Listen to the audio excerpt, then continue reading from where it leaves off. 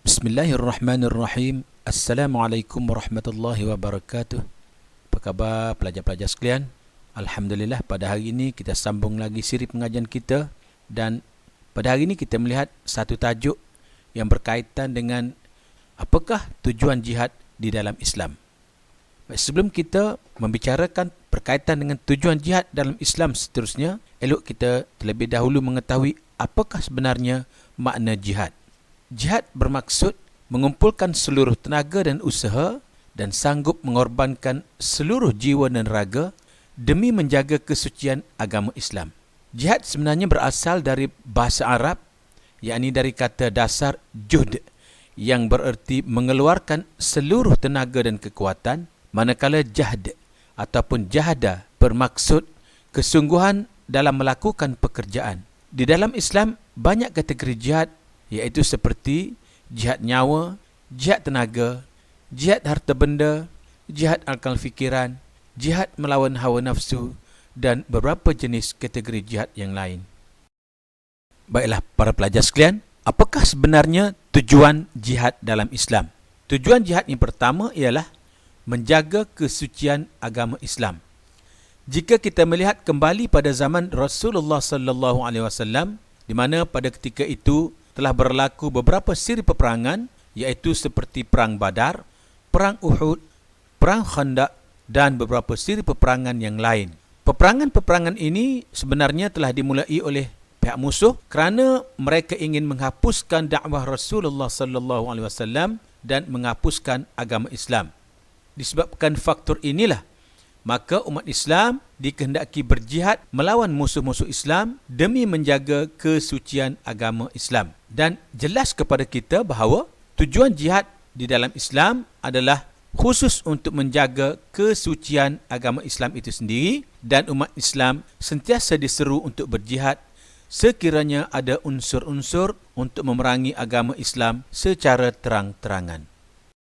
Tujuan jihad yang kedua ialah menjaga keselamatan negara Islam. Pada zaman Rasulullah sallallahu alaihi wasallam, sebagaimana yang telah cikgu nyatakan tadi, bahawa telah berlaku beberapa siri peperangan, terutamanya peperangan menentang golongan kaum Quraisy dan golongan Yahudi. Salah satu peperangan yang penting dalam Islam yang kita kenali sebagai Perang Khandaq, di mana pada ketika itu tentera-tentera musuh telah datang dan telah mengepung kota Madinah. Umat Islam telah berpadu tenaga demi mempertahankan kota Madinah daripada serangan pihak musuh. Antara taktik yang digunakan ialah dengan cara menggali parit. Apa yang jelas, seluruh umat Islam telah bersatu tenaga untuk menentang pihak musuh demi menjaga kedaulatan kota Madinah. Jadi, ini jelas memberi gambaran kepada kita bahawa antara salah satu tujuan jihad adalah untuk mempertahankan keselamatan negara Islam. Tentera Islam telah dapat menewaskan mereka dengan semangat dan jihad yang tinggi, bukan sahaja untuk mempertahankan diri dan agama, tetapi juga untuk mempertahankan negara Islam. Manakala tujuan jihad yang ketiga ialah untuk menghapuskan kezaliman.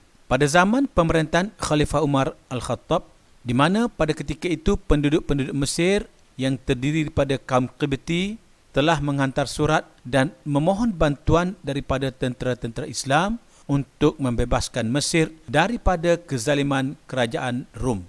Menyedari hakikat ini, maka Khalifah Umar Al-Khattab telah pun mengutuskan tentera yang telah dipimpin oleh Amru bin Al-As ke Mesir untuk membela penduduk-penduduk Mesir yang telah ditindas, dan hal ini telah membawa kepada pertapakan Islam sepenuhnya di bumi Mesir. Jelas kepada kita bahawa tujuan jihad juga adalah untuk menghapuskan kezaliman. Manakala tujuan jihad seterusnya adalah untuk menjaga maruah umat Islam. Pada zaman Rasulullah, di dalam satu peristiwa di mana maruah seorang wanita Islam telah pun dihina ketika seorang wanita Islam ini sedang membeli barangan di kedai milik Yahudi Bani Qainuqa. Yahudi Bani Qainuqa ini telah memaksa wanita Islam untuk membuka jilbab yang dipakai olehnya. Apabila wanita Islam ini enggan membuka, lalu Yahudi Bani Qainuqa ini telah merentap jilbab yang dipakai oleh wanita Islam. Hal ini telah menyebabkan wanita tersebut merasa malu dan meminta pertolongan. Akibatnya, Yahudi tadi telah dibunuh pemuda Islam. Namun pemuda Islam yang telah memberi pertolongan tersebut telah dikepung oleh orang-orang Yahudi dan telah membunuhnya. Akibatnya, Rasulullah telah menghantar tentera-tentera Islam untuk mengepung perkampungan mereka dan ini telah menyebabkan Yahudi berkenaan telah diusir dari bumi Madinah.